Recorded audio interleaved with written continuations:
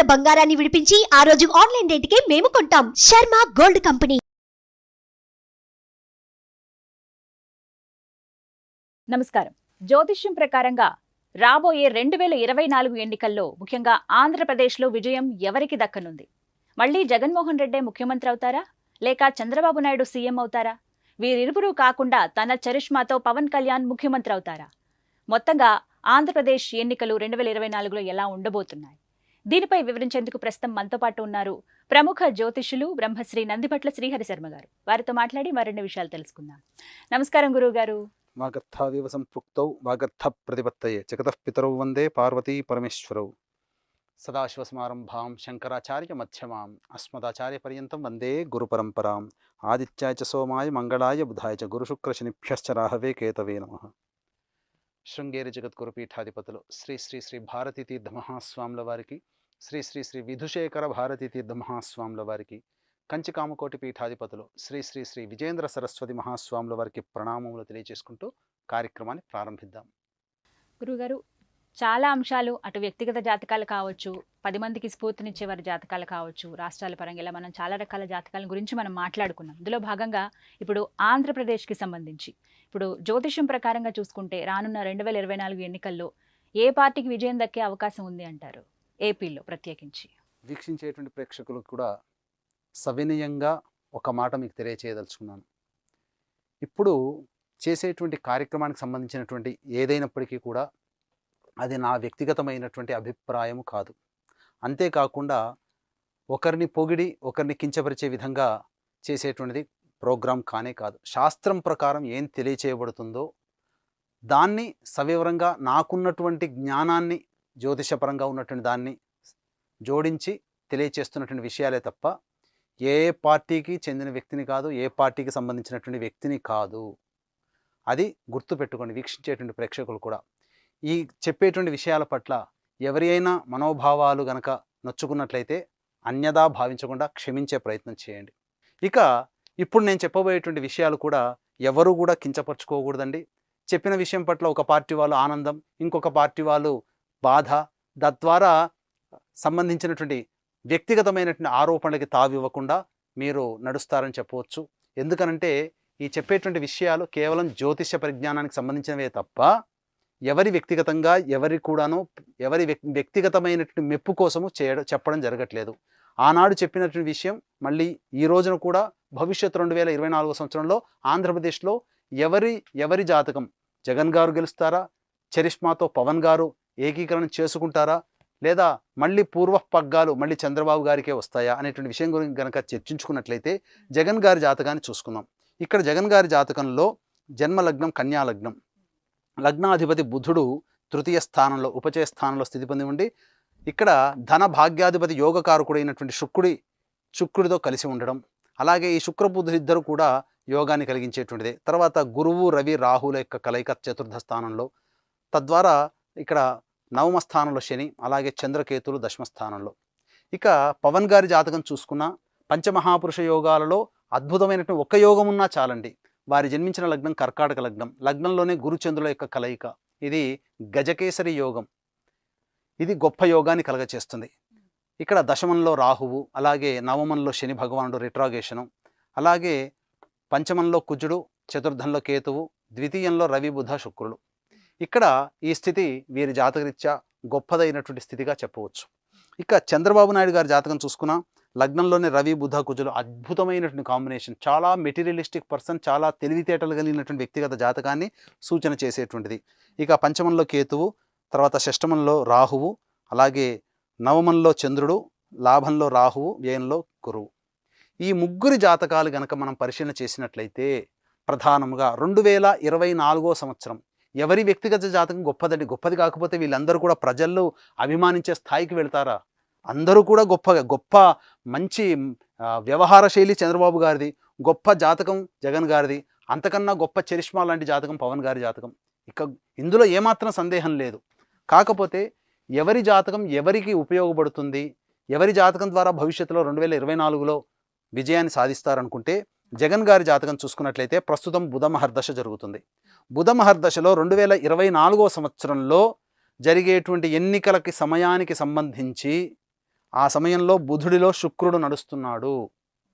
గుర్తుపెట్టుకోండి వీక్షించేటువంటి ప్రేక్షకులు కూడా. జన్మ లగ్నాధిపతి బుధుడు, లగ్న దశమాధిపతి అయినటువంటి బుధుడు, అలాగే ద్వితీయ నవమాధిపతి అయినటువంటి శుక్రుడు ఇద్దరూ కలిసి జాతకరీత్యా ఇక్కడ ప్రధానంగా తృతీయ స్థానంలో స్థితి పొంది ఉండడం, మరియు వీరిద్దరూ కూడా శని యొక్క నక్షత్రంలో ఉండి శని చేత చూడబడడం, ఇది అద్భుతమైనటువంటి కాంబినేషన్. ఆ సమయానికి బుధుడిలో శుక్రుడు నడుస్తున్నాడు. ఇక గమనించుకున్నట్లయితే ప్రధానంగా ఈ ముగ్గురు జాతకాన్ని పరిశీలన చేసినప్పుడు ఎవరి జాతకంలో ప్రకారము వారు అవుతారు. ఎందుకంటే రాజును బట్టే యుద్ధంలో గెలుస్తారా లేదా అనేటువంటిది. ఆ సమయానికి వీరు ముగ్గురికి సంబంధించినటువంటి దశలు అంతర్దశలు కనుక పరిశీలన చేసుకున్నట్లయితే జగన్ గారి జాతకం అద్భుతంగా ఉంది. కాబట్టి వారు మళ్ళీ తిరిగి 2024 సంవత్సరంలో ఎన్నికయ్యే అవకాశాలు ఉన్నాయి. ఎందుకనంటే జన్మించిన లగ్నానికి రాజయోగకారకుడు శుక్రుడు, ధనాధిపతి, భాగ్యాధిపతి. అట్టి శుక్రుడు మరియు లగ్నాధిపతి అయినటువంటి బుధుడు శని నక్షత్రంలో ఉండి శని చేత చూడబడుతున్నారు. శని వక్రీకరించినటువంటి సందర్భము. ఈ కారణం చేత బలమైనటువంటి శని యొక్క దశలో వీటికి సంబంధించినటువంటి శుక్రబుధుల యొక్క వీక్షణ, శని యొక్క వీక్షణ శుక్రబుధుల మీద ఉండడం, ఇది యోగాన్ని కలగజేస్తుంది. మరియు శని సక్సెస్ లార్డ్ అయినటువంటి చంద్రుడి నక్షత్రంలో పడడం, అట్టి చంద్రుడు కేంద్ర స్థానం అనగా రాజ్యస్థానంలో స్థితి పొంది ఉండడం, ఈ కారణం చేత జగన్ గారికి మళ్ళీ 2024లో పదవిని కట్టబెట్టేటువంటి అవకాశాలు ఎక్కువగా ఉన్నాయి. అయితే ఇక్కడ ఇంకొక ప్రశ్న గురువు గారు, గతంలో ఆయన జైలుకి వెళ్ళొచ్చారు కాబట్టి మళ్ళీ జగన్ గారి జాతకంలో జైలుకి వెళ్ళే ఇలాంటివి ఏమన్నా ఉన్నాయంటారా? ఇలా అవకాశాలు ఉన్నాయా అసలు? జాతకరీత్యా ఇక్కడ గమనించాల్సినటువంటి బంధన యోగం. ఇక్కడ బంధన యోగం ఏర్పడాలన్నప్పుడు అక్కడ సంబంధించి 2012 సంవత్సరం మే నుంచి 2013 సంవత్సరం సెప్టెంబర్ వరకు మధ్యకాలంలో బంధన యోగం ఏర్పడి జైల్లో ఉండడం జరిగింది. అయితే ఆ సమయానికి ఉన్నటువంటి అంతర్దశలు అనగా జాతకరీత్యా ఉన్నటువంటి అంతర్దశలు జన్మించిన లగ్నానికి అవయోగాన్ని ఇచ్చేటువంటి షష్టమ అష్టమ వ్యయాధిపతుల యొక్క అంతర్దశలు జరుగుతుండడం, ఆ కారణం చేత ఏర్పడింది. 27 జూలై 2025 వరకు బుధ మహర్దశలో శుక్రుని యొక్క అంతర్దశ. కాబట్టి ఈ యొక్క శుక్రబుధులిద్దరిని కూడాను దశానాథుడు ఈ శుక్రబుధులిద్దరూ శని నక్షత్రంలో ఉండి శని చేత చూడబడుతున్నారు. షష్టమాధిపతి అయినప్పటికీ కూడాను రిట్రాగేట్ అయి ఉన్నాడు కారణం చేత అది యోగాన్ని కలగచేస్తుంది. కాబట్టి ఈ సమయంలో 27 సెప్టెంబర్ 2025 వరకు యోగించే జాతకం కాబట్టి బంధన యోగం లేదండి. ఇంకొక యోగం చెప్తానండి. ఇప్పటి వరకు పాలనాపరంగా చిక్కులు కొని తెచ్చుకునవచ్చు. వారి యొక్క చేసినటువంటి ఏవైతే పథకాలు ఉన్నాయో క్షేత్రస్థాయిలోకి వెళ్ళాయి, కానీ కొంత ఇబ్బందులు కూడా ఎదుర్కొంటున్నారు. ఏంటి, ప్రతిపక్షాల చేత ఎప్పుడు కూడాను అభాండాలు అనేటువంటి ఎదుర్కొంటున్నారు. అది వారు జాతకరీత్యా సీఎంగా ప్రమాణ స్వీకారం చేసేటప్పుడు సరైనటువంటి ముహూర్తం కాదు. ఎందుకనంటే సూర్యుడు ఉండగా ఎవరైనా కానీ రాజ్యాధిపత్యం పొందాలి. ఎందుకంటే నవగ్రహాల్లో రాజు సూర్యుడు. అట్టి సూర్యుడు ఉదయించి ఉండగా, ఆ సూర్యుడు ఉండగా గద్దెనెక్కితే అప్రతిహతంగా సాగిపోయేది, ఎటువంటి ఇబ్బందులు లేకుండా నల్లేరు మీద నడకలాగా సాగిపోయేది. కానీ సూర్యాస్తం అయిన తర్వాత 7:30 సందర్భంలో రాత్రిపూట ముహూర్తం పెట్టారు. ఆ ముహూర్తాన్ని ప్రకారం చేసుకున్నారు. ముహూర్త దోష ప్రభావం వల్ల అడుగడుగున ఇబ్బందులు. ఇదే సందర్భంలో 7:30 సంబంధించి 7:30 ఆ సమయంలో ముహూర్తం పెట్టుకున్నారు. ఆ ముహూర్త ప్రభావం వల్ల వీరు రాజకీయంగా ఎంత గొప్పగా పైకి ఎదిగినా న్యాయ వ్యవస్థ పరంగా ఎప్పుడు చిక్కులు ఎదుర్కొంటారని చెప్పి ఒక ప్రసార మాధ్యమంలో చెప్పడం జరిగింది.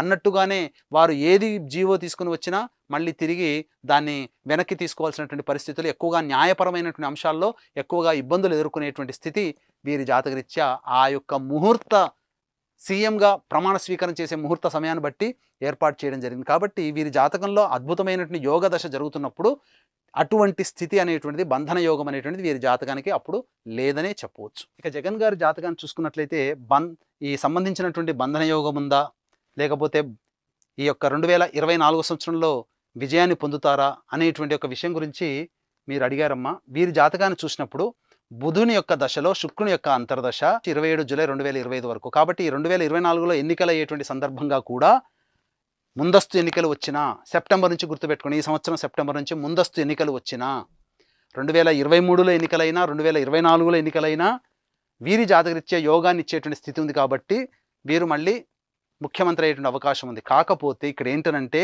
ఇప్పటి వరకు పాలనా పరంగా ఎంత గొప్ప పథకాలు అనేటువంటి తెప్పించింది. ఎందుకంటే ప్రతి ముఖ్యమంత్రి కూడా తన పదవిలో ఉండగా గొప్ప గొప్ప పథకాలు అనేటువంటివి ప్రతి ముఖ్యమంత్రి ప్రతి తన టర్మ్లో ఇస్తూ ఉంటుంటారు. అందులో సందేహం లేదు. చంద్రబాబు నాయుడు గారు కూడా గొప్పగా పసుపు కుంకుమ పథకాలను కావచ్చు, అలాగే నాడు నేడు అనేటువంటి పథకం కావచ్చు, అట్లాగే చెట్టు నీడ అనేటువంటి కార్యక్రమం కావచ్చు, ఇట్లా చాలా గొప్ప పథకాలు అనేటువంటివి ఇవ్వడం జరిగింది. అయితే ఈ పథకాలు అనేటువంటి కొన్ని సామాన్యులకి వెళ్ళాయి. కొంతమంది విమర్శన ఎక్కువగా వీరి యొక్క పాలనలో, జగన్ గారి పాలనలో 2019 సంవత్సరం నుంచి ఎక్కువగా విమర్శలే ఎదుర్కొన్నారు. కానీ అద్భుతముగా జాతకంలో బుధుడు శుక్రుడి యొక్క అంతర్దశ జరుగుతున్నప్పుడు ఈ సంవత్సరం సెప్టెంబర్ నుంచి మళ్ళీ తిరిగి ఎన్నికలు అయ్యేంత వరకు గొప్పగా పేరు పొందుతారు. ఎటువంటి విమర్శలు పొందకుండా తగు జాగ్రత్తలు తీసుకుంటారు.